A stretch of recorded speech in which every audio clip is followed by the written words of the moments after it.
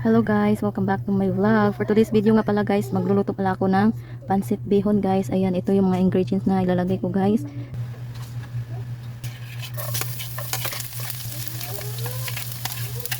Brown na siya guys, kaya ilagay ko na yung carrots.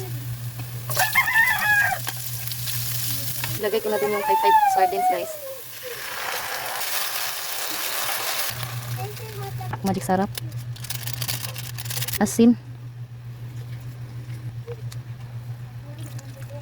Lalagyan ko ng mamasitas guys. Kapag kumulo na guys, kaya lalagay ko na yung cabbage guys.